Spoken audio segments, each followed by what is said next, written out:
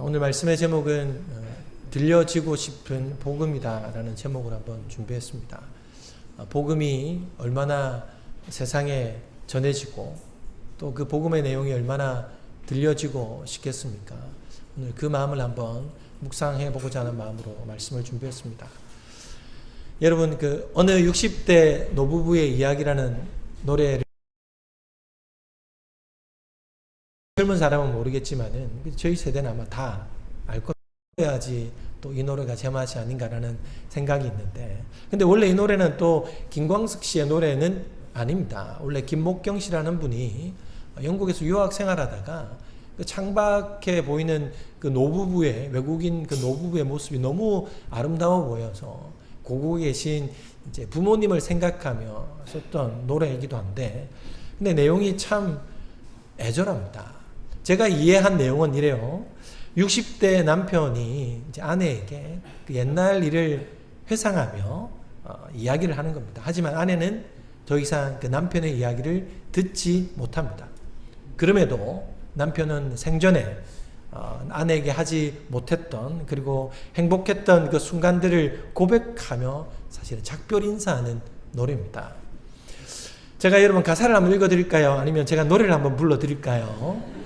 아니면 그냥 유튜브로 노래 한번 들어보실래요? 네, 3번을 하겠습니다. 한번 들어보시죠. 네.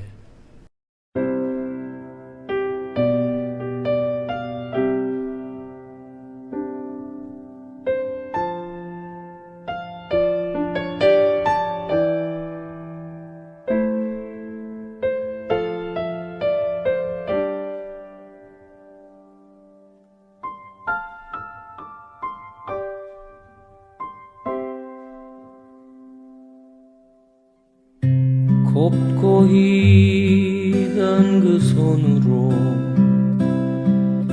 넥타이를 메어주던 때 어렴풋이 생각나오. 여보 그때를 기억하오. 막내 아들 대학 시험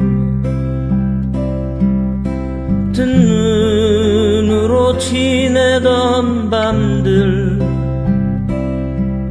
어렴풋이 생각나오. 여보 그때를 기억하오. 세월은 그렇게 흘러 여기까지 왔는데 인생은 그렇게 흘러 황혼에 기우는데 큰딸아이 결혼식 날 흘리던 눈물방울이 이제는 모두 말라. 여보 그 눈물을 기억하오. 세월이 흘러가네. 흰머리가 늘어가네. 모두가 떠난다고. 여보 내 손을 꼭 잡았소. 세월은 그렇게 흘러 여기까지 왔는데 인생은 그렇게 흘러 황혼에 기우는데 다시 못 올 그 먼 길을 어찌 혼자 가려 하오 여기 날 홀로 두고 여보 왜 한마디 말이 없소 여보 안녕히 잘 가시게 여보 안녕히 잘 가시게 여보 안녕히 잘 가시게. 저는 처음에 이 노래가 끝까지 불렀던 적이 별로 없으니까 60대 그 남편이 느지막한 나이에 이제 부인에게 뭔가 세레나데를 하는 그런 노래인 줄은 알았습니다. 근데 나중에 가사를 찬찬히 훑어보니까 그게 아니더라고요. 이미 고인이 된 아내에게 이제는 더 이상 듣지 못하는 부인에게 남편은 이제 옛 추억을 되새기면서 마지막 인사를 하면서 끝이 나더라고요. 저는 나중에 60대가 되면 마지막 가사는 바꿔야죠. 여보 잘 가시게가 아니라 그죠, 잘 살아보세요 이렇게 바꾸어서 이제 불러야 되겠습니다만, 참 사랑했지만 또 사랑하고 있지만 아내는 더 이상 남편의 사랑을 들을 수도 남편의 사랑을 받을 수도 없는 상황입니다. 실제로 우리 주변에는 이렇게 전해지지 못한 마음, 또 전하지 못한 편지들로 인하여서 그 사랑을 확인하지 못하는 경우도 많습니다. 썼다가 또 지우기도 하고 또 마음을 먹었다가 이내 포기하기 때문이죠. 이처럼 마음이나 메시지가 전해지지 않아서 서로의 마음도 사랑도 이루어지지 않는 일들이 사실은 많았습니다. 근데 여러분, 하나님도 마찬가지가 아닐까라고 생각합니다. 하나님의 마음이 전해지지 않았던 경우가 사실 얼마나 많았습니까? 하나님이 친히 사랑의 편지를 짊어진 선지자들을 보내셨지만은 많은 백성들은 그 편지를 받으려고도 혹은 그 편지를 읽으려고도 하지 않았던 적이 많았습니다. 어느 시대나 사실은 그런 일들이 일어났었습니다. 그럼에도 하나님은 이 세상을 향해 계속해서 그 마음을 담은 그 사랑의 편지를 보내셨습니다. 자, 그리고 이제는 그 편지를 우리에게 주셨습니다. 자, 우리를 통해서 하나님은 사랑의 편지가 전해지기를 바라면서 그 편지를 주신 거죠. 자, 고린도후서 3장에 보면 너희는 우리의 편지라 우리가 마음에 썼고 무사람이 알고 읽는 바라. 너희는 우리로 말미암아 나타난 그리스도의 편지니 이는 먹으로 쓴 것이 아니요 오직 살아계신 하나님의 영으로 쓴 것이며 또 돌판에 쓴 것이 아니요 오직 육의 마음판에 쓴 것이라. 우리는 그리스도의 편지가 되었습니다. 그래서 무사람들이 우리를 통해 하나님을 알게 되고 또 우리를 통해 하나님의 사랑의 마음을 읽게 된다라는 겁니다. 그렇지만 그 편지는 이 수신자에게 정확하게 전해져야 그 의미와 자신 뜻을 제대로 알 수 있습니다. 자, 예를 들어 익명의 편지가 우리 교회에 왔습니다. 근데 내용이 이렇습니다. 전에 내가 당신을 위해 이런 노래를 불렀던 곳에서 우리 다시 만나자. 나는 너를 너무 사랑한단다 라고 한다면 사실 누가 누구인 줄 알고 그 노래가 뭔 줄 알고 우리가 장소를 어떻게 기억해낼 수 있겠습니까? 그러나 수신자에게 정확하게 전달이 된다면 그 사람은 그 노래의 내용도 알 것이고 그 장소도 사실 기억할 것입니다. 이처럼 이 편지라는 것은 수신자에게 정확히 전달되어야 바르게 읽고 이해할 수 있는 겁니다.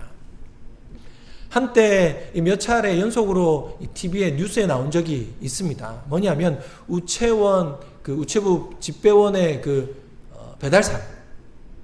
그 집배원은 전해져야 할 우편물들을 버리거나 불에 태워버렸습니다. 왜냐하면 너무 많기도 하고 자신이 받는 월급에 비해서 하는 양이 많다라고 생각했기 때문에 그 불합리한 마음이 들어서 그 편지를 불에 태워버리거나 혹은 휴지통에 버리는 그런 사건이 있었던 거죠. 그렇게 전해지지 않는 이 편지들은 그 내용이 얼마나 사실은 중요한지, 혹은 얼마나 간절하게 전하고자 하는 소식인지, 또 긴급한 것인지에 대한 확인할 방법도 없이 불에 태워지거나 사실은 폐기 처리되어 버렸습니다. 사실 얼마나 안타까운 일입니까? 그런데 여러분, 하나님의 편지도 이렇게 전해지지 않고 방치되는 경우, 폐기 처리되는 경우도 많이 있다라는 겁니다. 하나님의 마음을 안타깝게 하는 그런 그리스도인들도 분명히 있다라는 거죠. 하나님은 우리가 그리스도의 편지다라고 하는데, 우리는 그 하나님 그 사랑의 편지가 전해지지 않는 그 배달 사고만큼은 우리가 막아야 되지 않겠습니까? 혹시 우리에게 아직 전해주지 못한 그런 편지가 아직 있습니까? 지금 이 순간 가장 그에게 이 편지를 전해야 한다라는 생각은 들지 않습니까? 만약 들려주고 싶은 사람이 없다면, 생각나지 않는다면 우린 그리스도인으로서 이 생명을 잃어가고 있는 겁니다. 우리의 존재 이유가 바로 하나님 나라와 복음을 위한 것인데, 전해주고픈 사람 하나 없다라는 것은, 생각나지 않는다라는 것은 이 집배원이 전해야 할 그 가득한 편지를 폐기 처분하는 것과 다르지 않기 때문입니다. 자, 오늘 본문에 보면 이렇게 하나님의 사랑의 편지인 이 복음을 듣자마자, 자, 그 사랑의 편지를 또 읽고 싶어, 또 듣고 싶어 하는 그들의 마음이 있습니다. 그리고 또 누군가에게 복음을 들려주고 싶은 마음이 생겼던 거예요. 그래서 그들이 이렇게 반응합니다. 42절을 보면, 그들이 나갈 새 사람들이 청하되 다음 안식일에도 이 말씀을 하라라고 말합니다. 그러니까 바울과 바나바가 설교를 하고 나가니까 그 무리들이 바울과 바나바를 붙들고 하는 말이, 다음 주에도 와서 이 말씀을 전해주시면 안 되겠습니까? 라고 간청하고 있는 겁니다. 그러니까 왜 그들이 이 말을 했을까요? 그들은 듣자마자 이 말씀이 진리임을 깨달았던 겁니다. 그래서 정말 이것이 진리인지 한번 확인하고 싶었고, 나뿐만 아니라 다른 사람과 함께 이것이 진리인지를 확인하고 싶었던 거예요. 그래서 그들도 이 말씀을 들었으면 너무나 좋겠다라는 마음으로 다음 주에도 와서 이 말씀을 전해 주십시오라고 간청을 하게 됩니다. 그리고 그들은 자신이 간청했던 대로, 자신이 말했던 대로 다음 주에 다시 와서 말씀을 듣는데, 이제는 그전과 다릅니다. 자, 44절에 보면, 그 다음 안식일에는 온 시민이 거의 다 하나님의 말씀을 듣고자 하여 모였다라는 겁니다. 온 시민이 어떻게 왔겠습니까? 바로 지난주에 말씀을 들었던 사람들이, 이번 주에도 말씀을 듣고 싶습니다라고 간청했던 사람들이 자기만 아니라 자기 지인과 가족들과 동네 사람들에게 그 진리의 말씀, 하나님의 사랑의 편지를 전했던 겁니다. 너희들도 와서 한번 들어보아라. 진리인지 아닌지 같이 확인했으면 좋겠다. 그리고 그들을 향한 연민과 사랑이 있었기에 그들을 다 데리고 와서 하나님의 사랑의 편지를 읽게 되었던 겁니다. 여러분, 이것이 바로 진리를 깨달은 사람들의 반응이에요. 처음 진리를 깨달으면 자신의 삶을 돌아보며 회개하지 않습니까? 감격에 빠지지 않습니까? 그리고는 이내, 그래, 이것을 내 사랑하는 사람이, 가까운 사람이 들었으면 좋겠다라는 그런 마음이 생기지 않습니까? 왜냐하면 나만이 이 좋은 것을 간직하고 싶지 않기 때문입니다. 저도 이전에 서울에서 부교육자로 있을 때 이제 대신방을 하면 간혹 어떤 구역에서는 소문나지 않은 맛집을 데리고 갈 때가 많습니다.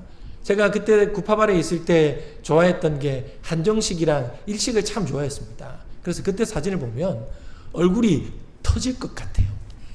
상상이 잘 안 가시죠? 그래서 바지도 터진 적이 있습니다. 아무튼 그렇게 먹을 것을 좋아하다 보니까 이 구역 식구들이 한 번씩 맛집을 데리고 가요. 그러면 제가 그 맛집에서 밥을 먹을 때 어떤 생각을 할까요? 많이 먹어야지 이렇게 생각할까요? 그거보다는 나중에 우리 애들이랑 와이프랑 데리고 와서 꼭 한번 먹어봐야 되겠다라고 생각을 합니다. 왜냐하면 이렇게 맛집이니까, 경험해보지 못했으니까 당연히 이 가족들에게 전하고 싶은 마음이 생긴다라는 거죠. 이게 자연스러운 현상입니다. 저만 그렇습니까? 아니잖아요. 그죠? 이 좋은 소식을 듣게 되면 어떻게든 전해집니다. 근데 전하고 싶은 마음이 생기죠. 복음이 다른 말로 뭡니까? 기쁜 소식이잖아요. 그 기쁜 소식을 들으면 어떻게든 전하고자 하는 마음이 내 마음 가운데 생기게 된다라는 거죠. 이게 당연하다라는 겁니다.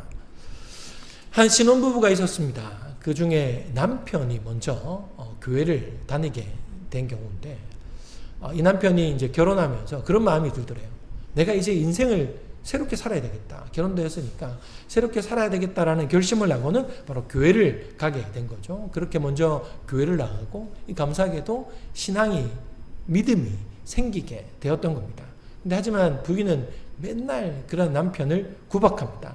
너 같은 인간이 교회를 다닌다고? 난 믿을 수 없어 라는 그런 비아냥을 많이 듣게 되죠.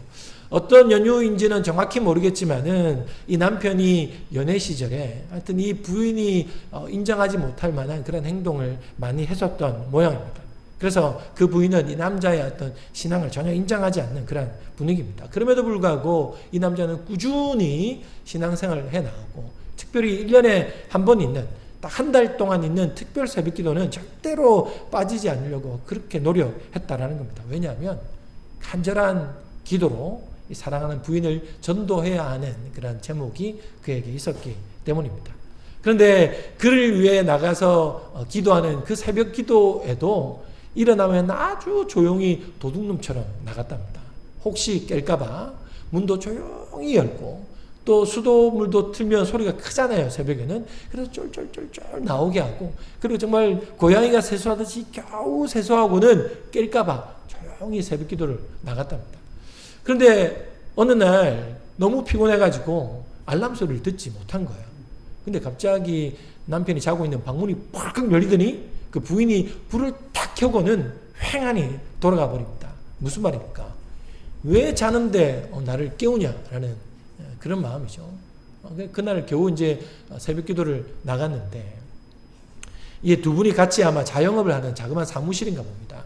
남편이 이제 그날이 수요일이었는데, 이제 구역 식구 구역장에 전화가 온 겁니다. 오늘 저녁에 우리가 특송을 해야 되는데 후기 식구들이 너무 작습니다. 와서 좀 같이 특송을 합시다 라고 해서, 남편은 네, 오늘 일찍 연습하러 교회 가야 된다라고 하니까 부인이 곱게 보겠습니까? 아니 새벽에도 말이야 나를 깨워가지고 이렇게 피곤하게 하더니 이제는 나 혼자 남겨두고 회사를 떠난다고? 막 그렇게 이제 째려 보는 거죠. 아무튼 이런 일들이 그 가정에 비일비재한 겁니다. 그래서 남편은 부인에게 뭐 교회를 간다거나 교회를 가자거나 이런 말을 전혀 할 수 없는, 늘 구박받는 그런 남편이었습니다. 그러니까 이런 남편이 이제 자신의 심경을 교회 소그룹 단톡방에 이렇게 써놓았습니다. 나의 참음의 한계가 어디인지 나도 궁금하다. 언제까지 이런 상태로 계속 가야 하는지 모르지만 전도의 끝은 오리라 믿는다. 짝 믿음의 서글픔이랄까 서러움이랄까, 부부가 함께 다정히 신앙생활을 하시는 분들을 보면 정말 부럽다. 보이지 않는 내면은 모르지만 느끼는 행복은 있지 않나 여겨진다.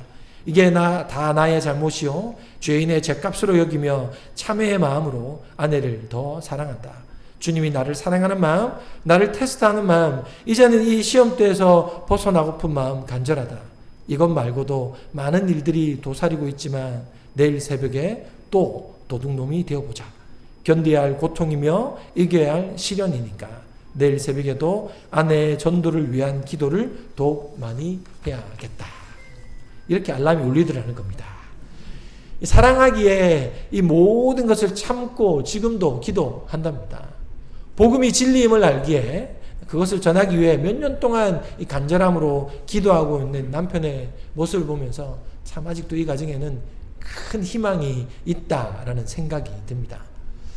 여러분, 사도행전 10장에 보면 그 로마의 백부장 고넬료가 나옵니다. 성경은 그를 이렇게 묘사합니다. 그가 경건하여 온 지방과 더불어 하나님을 경외하며 백성을 많이 구제하고 하나님께 항상 기도하던 사람, 그 사람이 바로 이방인 백부장 고넬료다라고 말씀합니다. 자, 그가 하루는 환상을 보고 천사의 지시를 따라서 요바에 있는 베드로를 자기의 집으로 청합니다. 말씀을 듣고자 했겠죠. 그리고 그렇게 간절히 기다리는 베드로를 만나면서 그를 만나기 위한 특별한 준비를 하나 했습니다. 24절에 보면 이튿날 가이사랴에 들어가니 고넬료가 그의 친척과 가까운 친구들을 모아 기다리더라. 자, 백부장 고넬료가 한 일이 뭡니까? 베드로가 오기를 간절히 손꼽아 기다리면서 말씀을 듣고자 하면서 자기뿐만 아니라 온 가족들과 지인들을 불러서 그 베드로가 전할 말씀을 기다리고 있었다라는 겁니다. 하나님의 사랑의 편지를 너무나 듣고 싶은데 혼자만이 아니라 가족과 함께 듣고자 준비하고 있었다라는 거죠. 자, 요한복음 1장에도 보면 이와 비슷한 이야기가 나옵니다. 예수님께서 갈릴리로 가시다가 빌립을 만납니다. 그리고 빌립에게 말씀을 전하니 빌립이 말씀을 받아들이고 복음을 믿고는 이제 예수 그리스도가 구주임을 깨닫게 된 겁니다. 자, 그리고 그 이후의 말씀에 보면 이 빌립이 나다나엘을 찾아가서 이르되 모세가 율법에 기록하였고 여러 선지자가 기록한 그 일을 우리가 만났으니 요셉의 아들 나사렛 예수니라. 나다나엘이 이르되 나사렛에서 무슨 선한 것이 날 수 있느냐? 빌립이 이르되 와서 보라 하니라. 자, 빌립이 예수님을 만났습니다. 짧은 만남이었지만은 예수님의 말씀을 들으면서 복음을 받아들입니다. 이분이 바로 구세주구나. 그래서 나다나엘을 찾아갑니다. 성경에 기록된 대로 그가 바로 구세주다라고 전했더니 나다나엘이 뭐라 합니까? 무슨 나사렛에서 선한 것이 나겠느냐? 그럴 수가 없다라고 말하죠. 그랬더니 빌립도 더 이상 나다나엘과 논쟁은 하지 않습니다. 근데 뭐라고 합니까? 그러나 와 보라 라고 나다나엘에게 강하게 말하였던 거죠. 내가 자세히 설명해 줄 수 없고 다 알려줄 수는 없지만 나는 확신하니 한번 와 보라 라고 나다나엘을 초청합니다. 그리고 그 초청에 못 이겨 나다나엘은 오게 되고 예수님을 만난 이후에 그가 이렇게 고백을 합니다.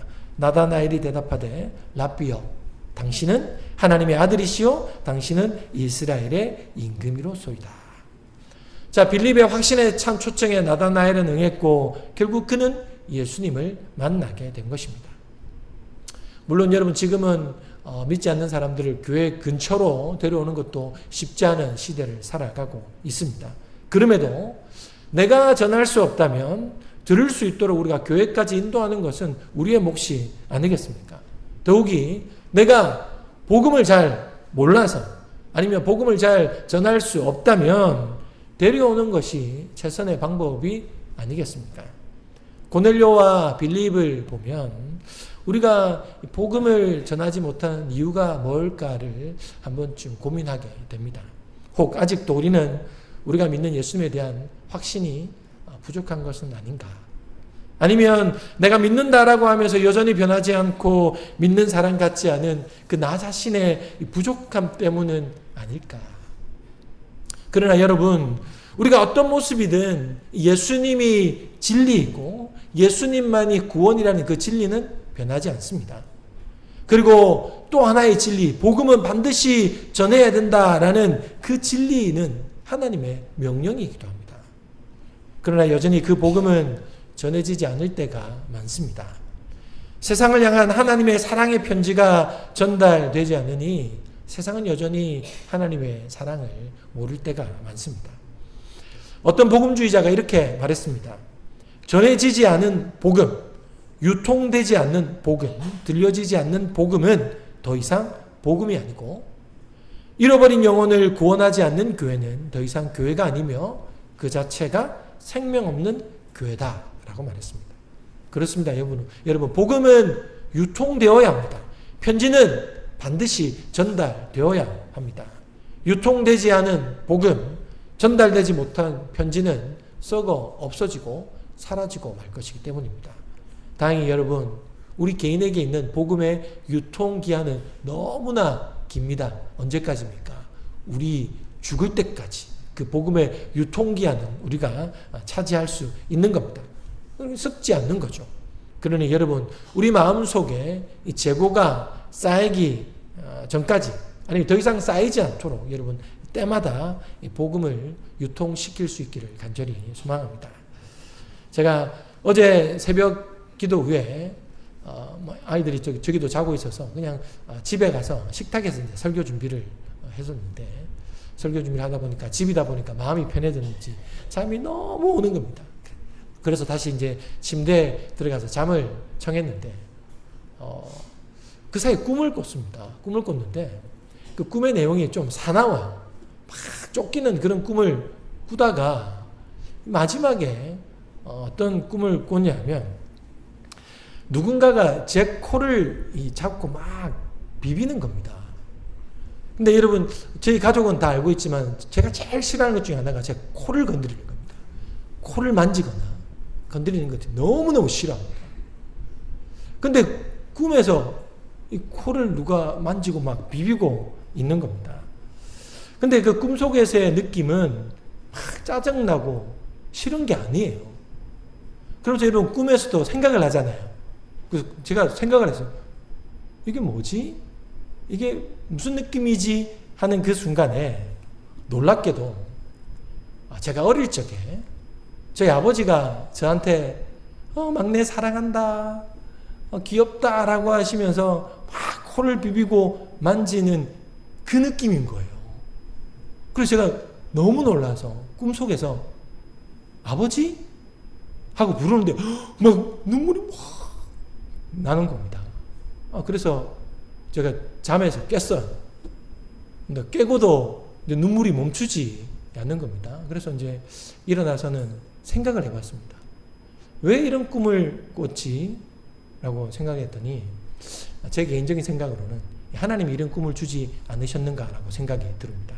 물론 우리가 심리학적으로 보면 한 사람이 일주일 동안 이런 생각들을 많이 하면 그 꿈에서도 사실은 실현되기도 합니다. 아마 제가 이제 주말이 되면서 말씀을 준비하면서 이 전해지지 않는 그 복음, 하나님의 사랑의 편지가 전해지지 않는 그 마음을 막 묵상하다 보니까 하나님께서 그 마음을 한번 느껴봐라고 하고 이 꿈을 통해서 주셨다라는 생각이 들고 그 아버지의 그 전해지지 않는 그 사랑이 느껴지는 겁니다. 알다시피 뭐 이게 벌써 30년 전에 아버지가 급작스레 돌아가셨고 나이가 50이 되었는데 저는 아버지 뭐 그걸 경험 잘 못했지 않습니까? 그런데 정말 그 어릴 때 아버지가 했던 그 사랑의 표현이 느껴지더라고요. 근데 알다시피 여러분 그때 당시에 우리 아버지 세대 부모님들은 사실 조금 외로웠잖아요. 사랑 표현이 서툴잖아요. 그죠? 또 얼마나 사실은 사랑받고 싶었었겠습니까? 근데 저희 집은 아들이 4명이야. 무뚝뚝한 아들이 무슨 사랑한다고 고백했겠습니까? 그러니 그 아버지가 얼마나 사랑을 받고 싶고 또 사랑하고 싶었을까. 그래서 이 막내 아들에게 막내 아들 술만 드시면 막 비비시던 그 느낌을 제가 받은 겁니다. 여러분 이처럼 이 사랑의 편지가 얼마나 전달되고 싶을까요? 이 하나님의 사랑이 전해지지 않을 때 하나님이 얼마나 애타는 마음으로 사랑을 좀 전해주면 안 되겠니? 내가 너를 사랑해라는 그 코 비빔을 우리가 좀 더 깊이 깨달아야 되지 않을까라는 그런 생각을 하게 됩니다. 여러분 하나님은 우리를 통해 그 사랑의 편지가 주변 사람들에게 정확히 전달되기를 너무나 원하고 계십니다. 들려지고 싶은 복음이 여전히 우리 손에 있지 않습니까? 부디 이 복음이 우리를 통해 사랑하는 사람에게 꼭 들려지고 전달되는 그런 은혜가 있기를 주님의 이름으로 축원합니다.